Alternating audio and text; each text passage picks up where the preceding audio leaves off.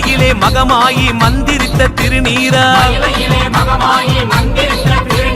பன்னீர் இணையோட பாலம் தரும் திருநீரா கண்ணீரை துடைத்து விட்டு கரை சேர்க்கும் திருநீரா